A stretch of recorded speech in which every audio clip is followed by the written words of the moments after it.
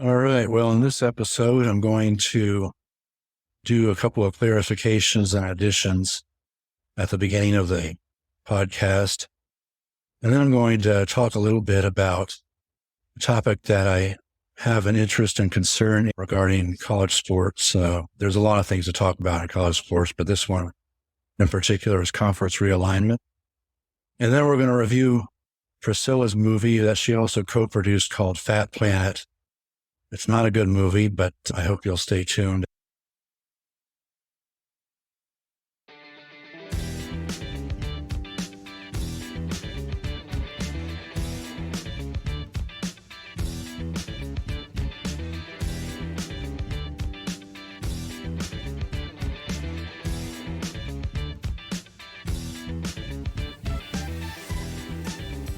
Hello and welcome to Frank Weber's Party one more time. This is Frank Weber, your host. So glad that you could be with us once again today. So glad that you're here. Just thank you for listening and subscribing or however you consume your podcasts. Got a great show for you here today. I'm going to talk about a number of things. I think it's right to clarify things from the past or add to them when appropriate, and I just wanted to go back to the last couple of episodes. I was listening to Megyn Kelly's podcast the other day, and she had Dennis Quaid on, and I just mentioned Dennis in the last episode. He and Priscilla were in the movie The Seniors together, and they may have done something else later. I don't know that for sure, but the reason that I bring it up is that he's been in Hollywood about as long as Priscilla has, and has been through some ups and downs. And he's still doing Hollywood and is actually singing. In fact, she played a sample of I Saw the Light. It was very good. He's also part of the actors union that went on strike a few weeks ago. And I just wanted to say real quick that it's not just about AI, but it's also about, in part, getting residuals from streaming. And I think I even saw Fran Drescher, who's the head of the union, talk about this yesterday.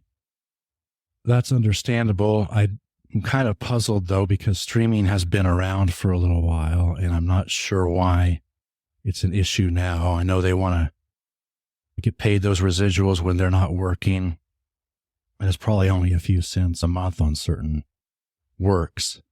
I've even heard a lot of statistics in Hollywood that there's actually something like less than 5% of actors are employed at any one time, and the average salary is about $13,000 a year, or something really crazy. I mean, we always hear about the outliers, but we never hear about the other stuff. So Dennis Quaid was explaining that a lot of it has to do with streaming.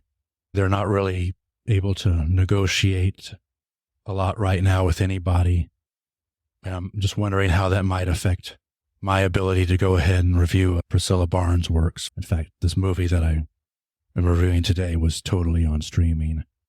I'm puzzled that the issue hasn't come up before because we've been doing streaming now for a little while. But I just wanted to make that a little bit more complete and tell you that I had that little concern. Another thing that I wanted to clarify, I listened to one of my podcasts, the Mallrats podcast. I thought was quite excellent. If you haven't listened to that yet, please tune in. I think all of my shows are good, but that one was an excellent show, and it doesn't seem to have a lot of downloads to it yet. But in that show, I just quipped real quick that The Cannonball Run was not a good movie, but that I thought it was funny. And I just wanted to clarify real quick what I meant by that. In terms of plot and story, it was very thin. I never got the feeling that I wanted a certain team to win. And I think if the story were better, you might have had that feeling. But there's another video that I saw on YouTube. I don't remember the guy's name, but he basically did an analysis of the movie, discussing how it would be pretty impossible to get all those stars and cars together in one flick again. And the fact of the matter is they did it a total of 3 times. There were actually 3 of those movies, and the third one was called Speed Zone. And Jamie Farr, who played the Sheik, was the only character that was in all 3. But I think it is a good movie in certain respects because it was funny and it was just overall fun and it was mindless.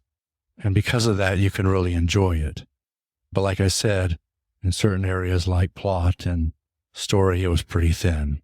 Probably could have been a lot better movie, I guess, if you think about it. But I just wanted to mention that. I think that's the classy thing to do, is to either clarify or complete things that I may have said in previous episodes. So now, switching gears once again, I wanted to talk about something. I toyed with whether I really wanted to talk about it or not. It deals with sports, but not really a particular school or team or anything like that. And there's definitely some behind the scenes politics that go into it, but it's not going to be, I like this school, but don't like that school type of thing. And so we're talking about college sports here, something that's been a concern of mine for a little while now. Every July, and even this year into August, we're seeing a lot of schools jump their old conferences, leave their old conferences to go someplace else that apparently is greener, at least monetarily. We've seen this for several years now in the past.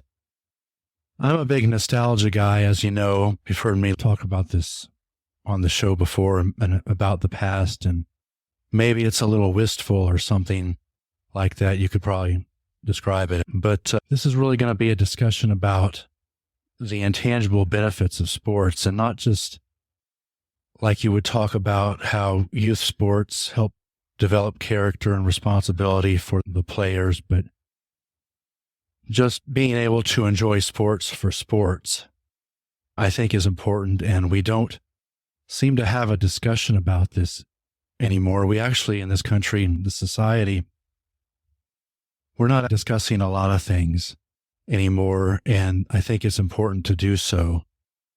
But what's happened lately, and I'm going to use the perspective of the Big 12 conference, which was originally Texas and some Midwestern states to the north, and also because that's where I live, but I also went to school at Texas Tech.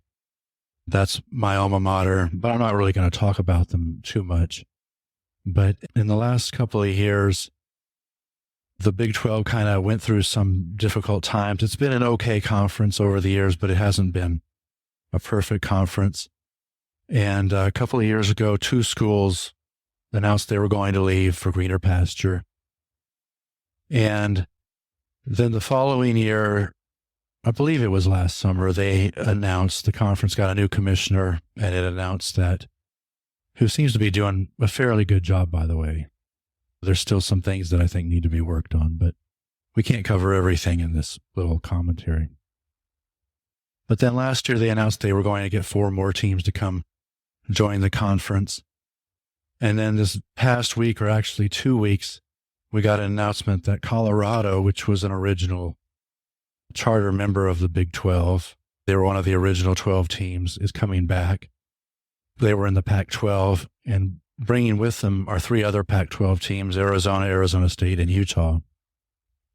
And so now, as I talk to you here in early August, the Pac-12 is decimated. They don't have a lot of teams that are going to be left after this next school year. And now the Big 12 Conference reaches almost to the West Coast and almost way out to the east, because we still have West Virginia on there, who I assume is still happy. I don't know. I can't really speak for them, but I'm just always puzzled by this jockeying around. I know it's all about money, and college sports has been about money for a long time, but there's something about stability and the intangibleness of knowing your opponents and looking forward to your game with them, something that is going by the wayside, it seems, because my opinion is that what they're trying to do is build one super conference. Hard to say exactly how many teams they're going to have in it, but there may be a total of 20 to 25 teams when it's all said and done. And those are the only 20 or 25 teams that are going to be eligible for the college football playoff, is what's happening there. And so there's a lot of this consolidation going on. We used to have 6 conferences, and then it was the Power 5, and now it's looking like it's going to be down to 4. And that's the progression that seems to be happening there with that one almighty consolidated power. So not only are individual schools through backroom politics looking to have more money, they're looking to position themselves for future potential moves as well. And in doing so, what a conference is supposed to be about actually gets lost. It's like joining a union. We were just talking about the Hollywood Union. When you join a conference, you join with teams that are in some ways like-minded with you, and not just on the money front, but you join with them in order to be able to have officials to officiate your games, as well as to have TV contracts and to have bowl tie-ins. You develop familiarity with these other schools, and then you develop rivalries, and it makes college sports fun. And when you have this lack of stability and people who are always jockeying around everywhere, it makes it less fun. And people, like I said, we're not discussing this issue. We are destined to go in one direction, which in many ways may not be a good direction. I hearken back to even the old Southwest Conference, or, of course, the Big 12 was also made up of the old Big 8 Conference.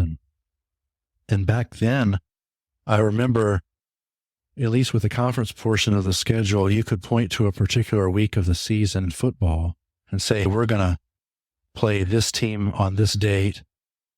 I love playing them. I can't stand playing them in another way, but I can't wait to beat them, and we're going to play them this week. And you didn't have to wait for the conference schedule to come out because it was always the same week of the year every single year. And that was part of the stability, maybe not a huge part, but you had these teams that were familiar. They were together 50, 60, 70 years. Rivalries developed. It was really close-knit despite the fact that the competition could get pretty brutal sometimes, very competitive. I feel like we're really losing that in college sports. I'm kind of an old-fashioned dude, as you know. It's August right now, so we still have about a month till the season starts. I'm looking forward to the season, but as the season progresses, you look forward to each game and who you think has an advantage in it. And if your team is doing well enough in the progression of the season, you might be able to talk about winning some championships. And instead, all we're talking about, and we're actually talking about this since the end of last college football season, usually at that time, into December, early January, people used to talk about recruiting mostly. Nowadays, they talk about other things like the transfer portal, which is another big topic that I like to get into but won't here. But they talk about the transfer portal, or they talk about the name, image, likeness thing that was handed down a couple of years ago through the Supreme Court and how that affects college sports. They didn't really talk much about any of those things, though, after last season. They started talking about realignment again. And that's been the primary topic on the message board that I frequent. And I'm just puzzled where we're going. There's something more to it than just monetary return. I've heard people say sports at any level, you experience the highs and the lows and you learn from them. Once you step away from that game, that gives you skills that you can take into real life with you. I mean, sports aren't real life, let's face it, but you develop these skills and they take you to the business world or the world with your family, that sort of thing. That's an intangible benefit of sports, as well as my intangible benefits of being a fan, having some consistency in who we play and who we know in our conference, and having a conference that is actually kind of like a fraternity despite the competition. So I'm very concerned with where that's going. I hope that made sense to you. I'm very puzzled by it. And like I said, I don't talk a lot about sports or politics. I don't really know where it's going. I know we all want to make a living and we all want to make lots of money, but there's just something else going on there.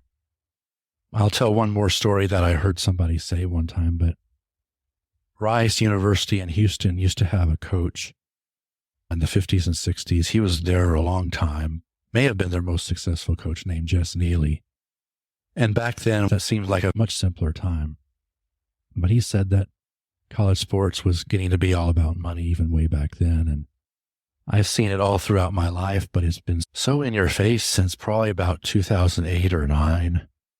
And I'm telling you, there's other values for having these college football games or college whatever games go to a game in Lubbock and there's tailgating and there's the band and the cheerleaders and the scenery and all these things. And of course, there's a game, which I want my team to win. I want Tech to win. But then you see all this other stuff that's going on behind the scenes, and how is it going to affect those old school, nostalgic, intangible values that I mentioned. Oh, and the last thing that I should say, so the Big 12 is now going to have 16 teams starting next year in 2024.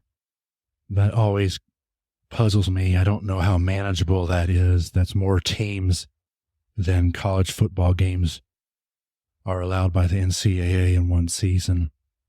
I suppose you could go back to a division format. Some other conference says, division formats, which is what the Big 12 used to have a long time ago, are a thing of the past. I don't know how you manage that and be able to see all these teams that you need to see or would like to see if they're going to be part of the conference. And so that's a logistical issue that goes there. Anyway, I'd love to hear your thoughts on that. Kind thoughts, respectful thoughts, of course. I wasn't talking specifically about any schools, but it is something to think about. It is something to discuss. And like I said, we don't seem to discuss very much in our country. There's many, many issues that need to be discussed, and they're never mentioned. They're never talked about, even from people that I like and admire. And so that's just some food for thought there. Oh, and one other thing I should mention here too, for probably 30 years now, I've had this little hypothetical idea in my mind about sports, whether pro sports or college sports, maybe even high school or below, have separated the desire to win from the desire to make money, in a sense that making money seems to be more important than winning, even though they technically go hand in hand. I mean, you want to have a good product. You win more games than you lose. You make things more exciting. You're going to make more money.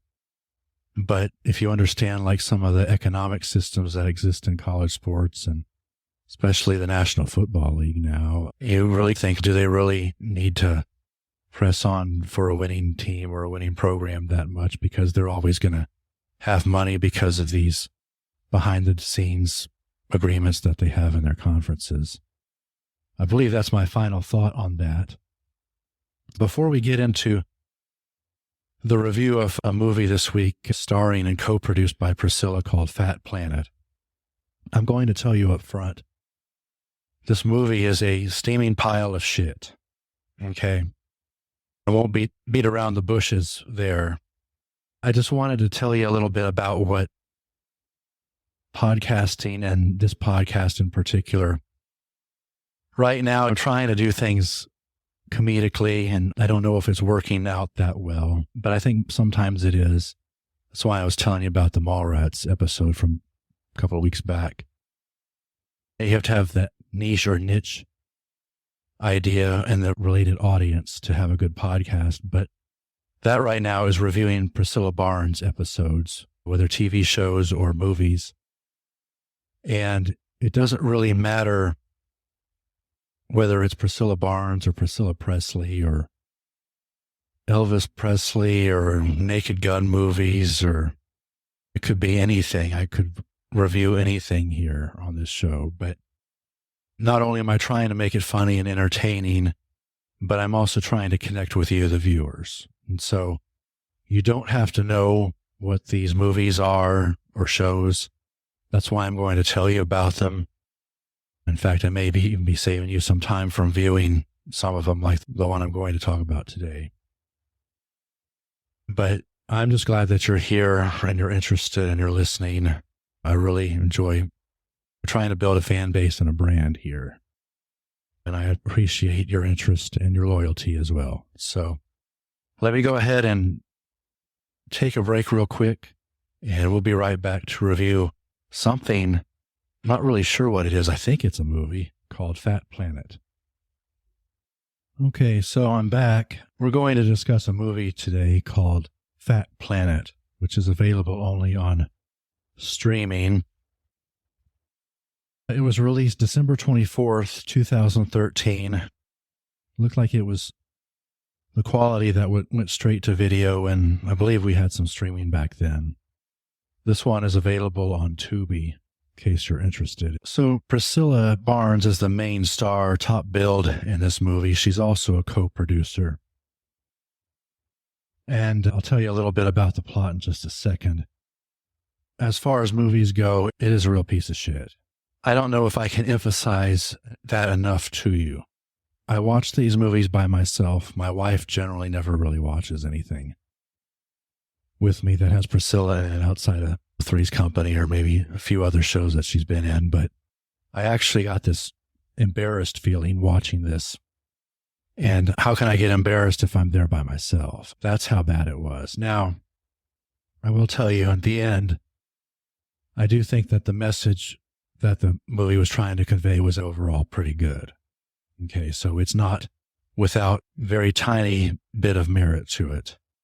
There was something redeeming about the movie. So this is nearly 10 years old. I believe it has a PG-13 rating. I think that's according to Tubi. I don't really know why. There may have been some swearing in it, I think, but I don't even remember that. There really wasn't much objectionable in the movie. It was just a bad movie. And the crazy thing is there's really very little information out there about it. I know we did American Girl several weeks ago. That was a very brief show, 6 weeks, I think it was on. And then it was gone and forgotten forever. That was 78, so that's nearly 45 years ago now. This is almost 10 years old. It doesn't have a Wikipedia page.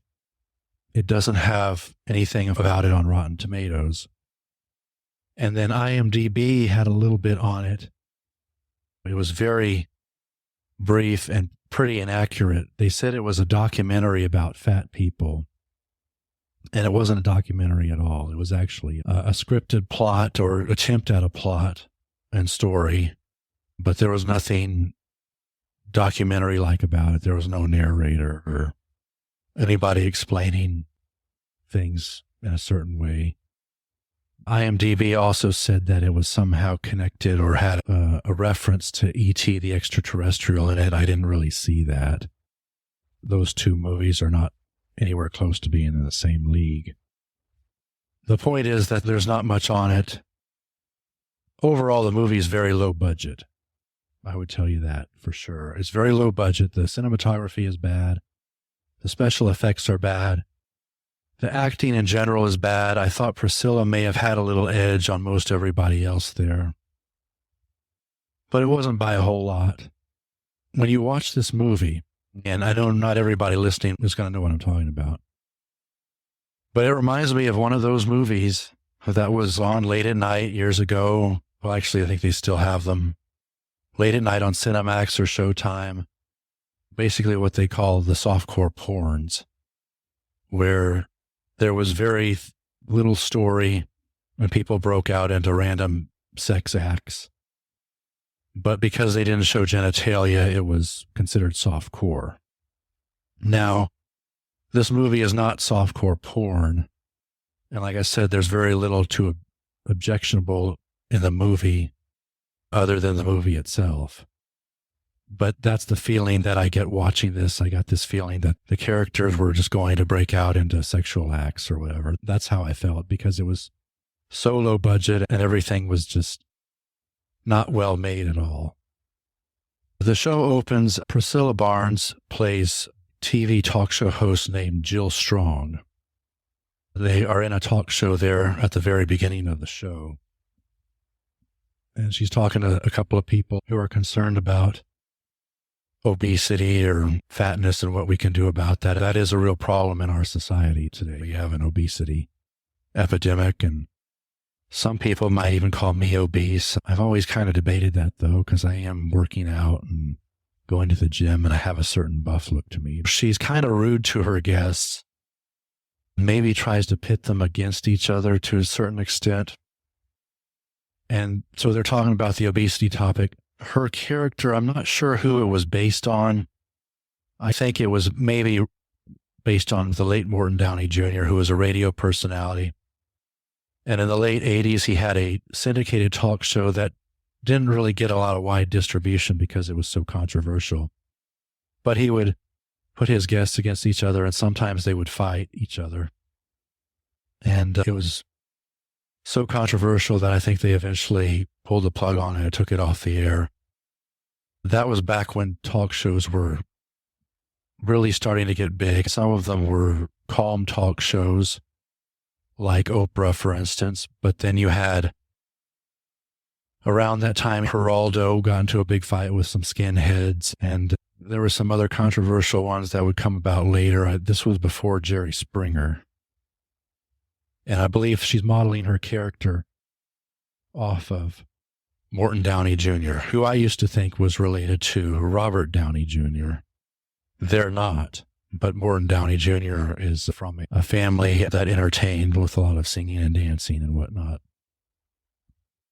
But anyway, there's a lovely young woman we'll talk about in a little bit named Julie Sloan, who comes to Jill Strong's set after her show. I was looking for her brother named Jack Strong, who is a diet and fitness guru. And Julie is trying to get him to endorse this energy drink. She works for a company, and Priscilla says, well, I don't really keep up with them. They are sort of estranged, and they never have a scene together, Jill and Jack Strong, or Jack and Jill. I think they did that on purpose, Jack and Jill Strong.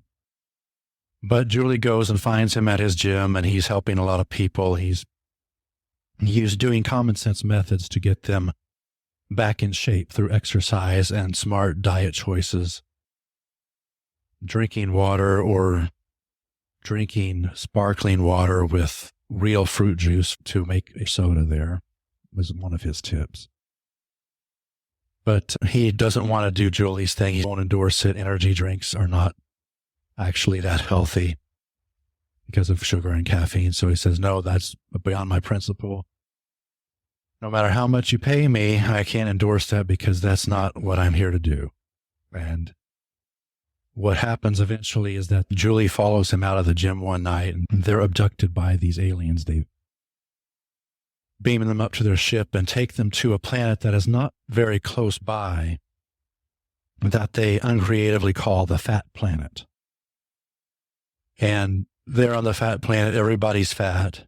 They're snacking all the time, usually off of this little donut or pastry-like thing. They have them at all the meetings and everything. They wanted to bring Jack Strong there because the king and the queen realized that they have this problem. The physician on the planet has said that you can't continue to have a populace that has all these habits because they'll die off. And while they're eating as well, we're also burning up our natural resources. So there's an environmental aspect to it as well. And so the physician there gives them that plan, and that's how they get Jack Strong. And by accident, they get Julie Sloan to come with them to this planet. So when Jack Strong gets there and talks to this king and queen and their council and everything, and it's all a big goofball, fucked up thing. It's really crazy, this show. But Jack and Julie have been abducted and kidnapped. They want him to donate his time and knowledge. In fact, his slogan is knowledge is power to the populace there. Even though he's been kidnapped and abducted, and like most people would want to go back to Earth instead of having to work several months to get people back into shape. He teaches them his techniques and his knowledge. And it works on some of the populace there. I think the actress that played Julie had a sister who was one of the people who was initially fat and worked it off. But the conflict there is that there's this woman who works in the pharmaceuticals there who is good at making a lot of pills, quick fix type pills. She teams up with this other guy named Styles. And so they're actually the main conflict on this fat planet. And they're interested in just quick fixes. And Julie actually at one point, since she was taken up by mistake, she just wants to go home and has decided that since she is a consumer of this energy drink, that if she can maybe give them the recipe somehow that they can create an energy drink that might be a good alternative and work faster than Jack's plan. And that would allow her to go home a little sooner. So she works against Jack initially. And the whole show was a mess, but they eventually realized that there's one best physiological way to lose weight. Speaking of that, I had a teacher in dental school, physiology, who said, eat less and move more. And that was a little oversimplified compared to what Jack was doing exactly in this movie. But his technique worked versus creating a pill or an energy drink. In fact, the energy drink almost caused the pharma lady to die from a heart attack at one point in the show. And if you're going to have a good message, which I think this does ultimately, and I'll get to that at the very end, you need to make a good movie. I do not know any of the other actors in this movie. I don't know their names, whether in 2013 or now in 2023. Some mentions here. I don't know if I would call it honorable mention, but the young lady that played Julie Sloan, a nice looking young lady. I thought her choice of dress in this movie was unusual. She had this strapless one-piece, I think it was one-piece shirt and shorts together. And yet she was a saleswoman or worked for this company that was trying to promote this energy drink. And she's nice looking, and I liked the way she was dressed, but it didn't make sense for what she was trying to promote to Jack Strong. And that's one of the many blunders that exists here. The only memorable scene, actually, was when Julie first goes to Jill Strong to find out where Jack might be. Jill asks if she's married, which she's not, and then she has her turn around to look at her physique and says, if you can find him, you can put his face on your can, which I guess was one of the few instances of any kind of innuendo in the movie, because she was carrying around this can which had his face and was trying to market it to him. But like I said, out of principle, he wasn't going to endorse it or get money from it. But that was an interesting scene and funny. One of the few highlights of this movie. There was a guy in this movie named Styles. He was a black guy. And he was the one who teamed up with the pharma lady on Fat Planet. He reminded me a little bit of Tommy Lister Jr., who was an actor. He passed away actually just a few years ago. I know him, and a lot of people from my generation know him as the guy who played Zeus against Hulk Hogan in the wrestling classic called No Holds Barred from 1989. We thought that for a long while he was actually a wrestler. It turns out he only wrestled once or twice in order to promote that movie, and the rest of the time he was really pretty much a straight actor. The guy who played Styles looked a lot like him. It wasn't him, though, but it's fun to see people. They're different people, but they remind you of someone else. The guy who played Jack Strong looks a little familiar, but then it didn't match up with the name. I would tell you that the king and queen and the jester in this movie, the jester kept coming back. He was a very annoying character. Oh my gosh. If there was somebody who could have not been in it, it would have been him. They were very annoying characters. Didn't care for him at all. The king and queen with their little crowns, they looked funny, and they didn't seem very convincing at all. It was a really bizarro thing, their situation there. Before I give it a grade, though, I'll give you the overall message of the movie is about eating less and moving more and getting people healthy. There are no shortcuts, whether it's a pill, which I think is an issue nowadays, Ozempic, which is a diabetes medication. The side effect of it is weight loss, which you would kind of expect from a diabetes medication, but you don't take these drugs for their side effects. I hear a lot of people taking it for weight loss. They have to get a prescription, though. I guess doctors are doing that, but it's supposed to be primarily for diabetes. That's an example of a weight loss pill that is popular today and in some cases being used off label. And then, of course, the energy drink. They can get your heart going and maybe burn some calories that way, but that's not a healthy way to do it. You get big side effects from that too. So he's saying just do things the old-fashioned way. It's a lot of work. Takes a little while, but it'll be worth it in the end. And he was able to accomplish his mission on this planet, by the way. Then we look at that as a larger society. We are not a particularly active society. Spend a lot of time sitting down and on computers and whatnot. And It's been going on quite some time here, and we just need to get our health back. A different planet that had 2 suns. It's not close by to Earth. They actually blackmailed Jack Strong into helping them. Otherwise, they were going to threaten Earth. That was another plot point that I forgot to point out. And he's already been kidnapped, and now he's being blackmailed. Another big part of the unevenness of the movie. But overall, the message was pretty good. However, you got to have a good movie if you're going to have a good message, I think. I'm going to give the movie a D. The Priscilla's part in it is a C-. I think she actually stood out head and shoulders above everybody else in here. I believe that's about it for this week. I talked a little bit about the show and those other things earlier. I'm really glad that you're here. I'm glad that you're coming every week. Hopefully you're enjoying the party, and continue, of course, to listen or subscribe or download. You're my friends, and I look forward to seeing you again next week. For now, this is Frank Weber signing off from Frank Weber's Party. We'll see you again next time.